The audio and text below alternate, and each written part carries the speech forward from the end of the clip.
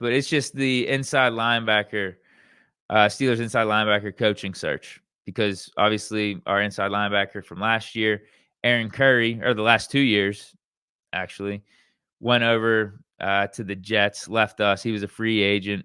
So in a way, that could be the coaching change that the Steelers were talking about, or what the changes that they felt like needed to happen this offseason. We have a new inside linebacker coach. There you go.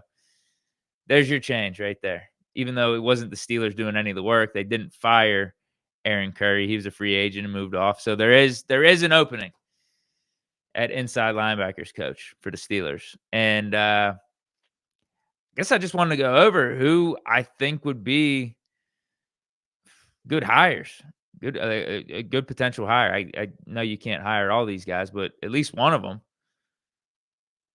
not only would be a nice fit for the coaching staff, a nice upgrade to the coaching staff, but all these guys should be upgrades over Aaron Curry too.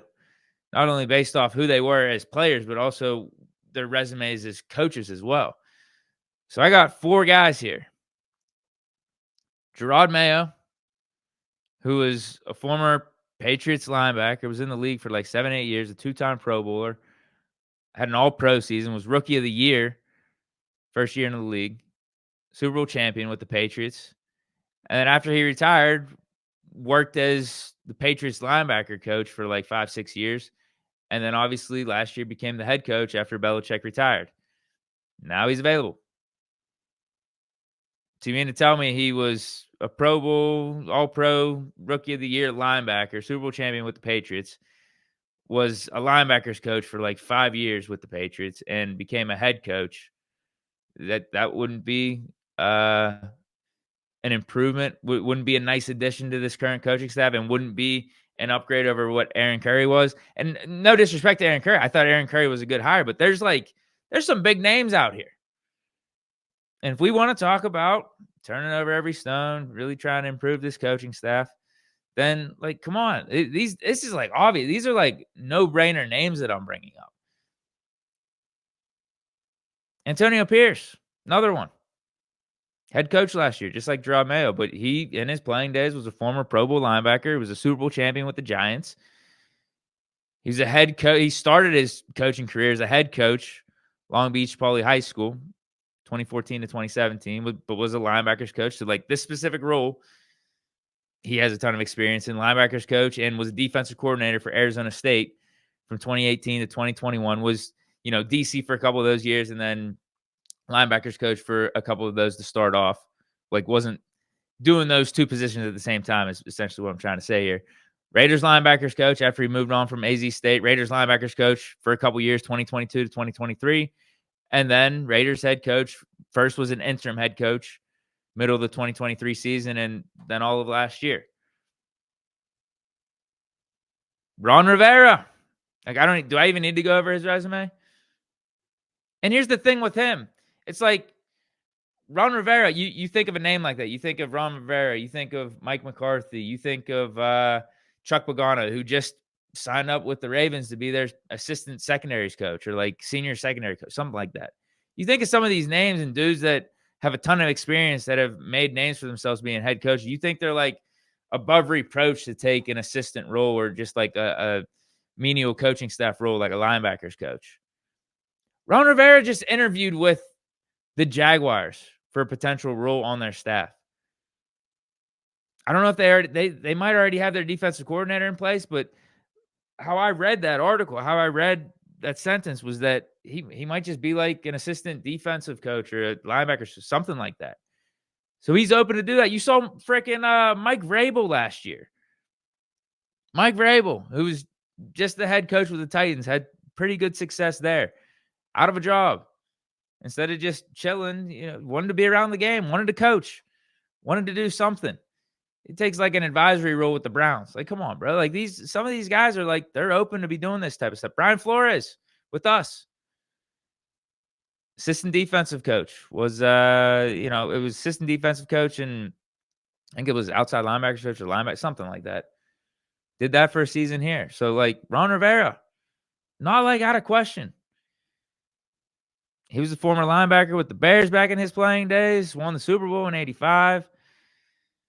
Do I need to go over his resume? Do I need to? But I think it is fun to look at, considering like he may join a staff as a linebackers coach. But this is like proof that he's already been there, done that. Was a quality control coach for the Bears, an LB coach with Philly, like in the late 90s. Became the defensive coordinator for the Chicago Bears 04 to 06 with like Brian Urlacher and those guys. Was the DC in San Diego from 08 to 2010 in San Diego. Carolina Panthers head coach 2011 to 2019 for about a decade. Two-time NFL Coach of the Year there. Was Washington Commanders head coach for 4 seasons, 2020 to 2023. So like he's got to know what he's doing from a coaching standpoint. He's got to know something, right? Way overqualified to be a linebackers coach. Antonio Pierce, Jerod Mayo, way overqualified to be a linebackers coach.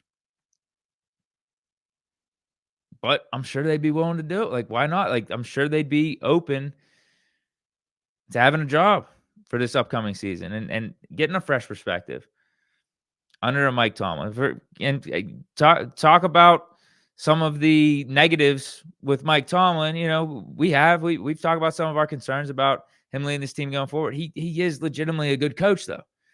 There's stuff to be learned from being under his staff. My last guy is Gus Bradley. Unlike the other 3 names, he didn't play pro ball, but he was a linebackers coach with the Buccaneers from 06 to 08. Was former DC defensive coordinator with the Seahawks Legion of Boom from 2009 to 2012. Head coach with the Jaguars 2013, 2016. Chargers defensive coordinator 2017 to 2020. Raiders DC 2021. Colts DC these last few years, 2022 to 2024. Honestly, all these guys I've brought up, I mean, probably more qualified to be a defensive coordinator than Teryl Austin. Seriously. Like, it shouldn't be that complicated either. And these guys are all overqualified to be a linebackers coach, but they're all available. And they would be big-time additions to this coaching. And you probably just don't make them linebackers coach. You have them be just like an overall defensive assistant. You call it like quality control. I don't know what terminology or what title you would want to use, but yeah, give these guys even a little bit more power than that. Give them a little bit more juice than that. Again, if we're serious about winning, part of winning involves bringing the best coaching you can possible in here, right? It's not complicated. When you're talking about hiring coaches, you want quality guys. That's 4 high-quality guys to be a linebackers coach here. They all have experience playing linebacker, being linebackers coach, work their way up the ranks to higher positions, defensive coordinators, and being head coach. Like, what more are you asking for? And then on offense, like, same thing. We've talked about that. You could look at a Mike McCarthy. You look at a Mike Munchak, Bobby Slowick still out there. There's a ton of guys you could add to this staff that should be able to help. It's just that you see other teams doing it. I don't know why we're not doing it. We did it with Brian Flores, and that didn't hurt us at all. Why not do it with some of these coaches? Those are the 4 names for inside linebackers coach. Those are the top 4 candidates. Who else would you want? Because anyone else is not going to have the resumes like those guys. Not even close. I think so if we do hire anyone that's not those names, it's going to feel like a disappointment. It really is. But my expectations aren't that high. It's probably just going to be a no-name dude. And it is what it is. It's what it is, man. Like, I don't know. It's kind of how the Steelers have operated for the most part over the last couple of decades in terms of coaches and having an excess amount of guys on the staff as opposed to like the bare minimum. And that's the other thing too. Manny Meek says at this point we might as well have any of those guys replace Austin. It wouldn't be a bad idea to get one of these guys in-house, and if the defense is underperforming again next year, we could move off Teryl Austin, and then one of these guys are already in the system. We could easily promote them to DC, which is what we like to do so much, hire within, right? Like, that would be a good excuse to hire within. We did it with Teryl Austin. He was like the secondaries coach, and we moved off Keith Butler and just hired Teryl Austin. did it with Matt Canada, brought him in as the QB's coach, and then hired him to be the offensive coordinator if we moved off of Finkner. Something we like to do a lot, hire within and promote from within. So this would be an excuse to do that, to kind of stick with that Steeler way.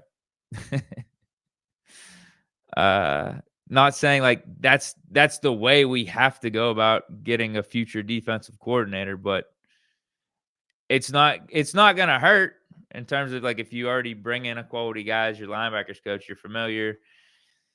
They got a rapport with Tom, and they got a rapport with how the Steelers organization is. Then right there, it could just be like an Antonio Pierce, Jerod Mayo, Ron Rivera. Like you could just call them up next year if Terrell Austin ain't working out like that. But all right, guys, I think that's it for today's show. I think all those 4 names, it's just no-brainer hires if we really want to take our coaching staff serious and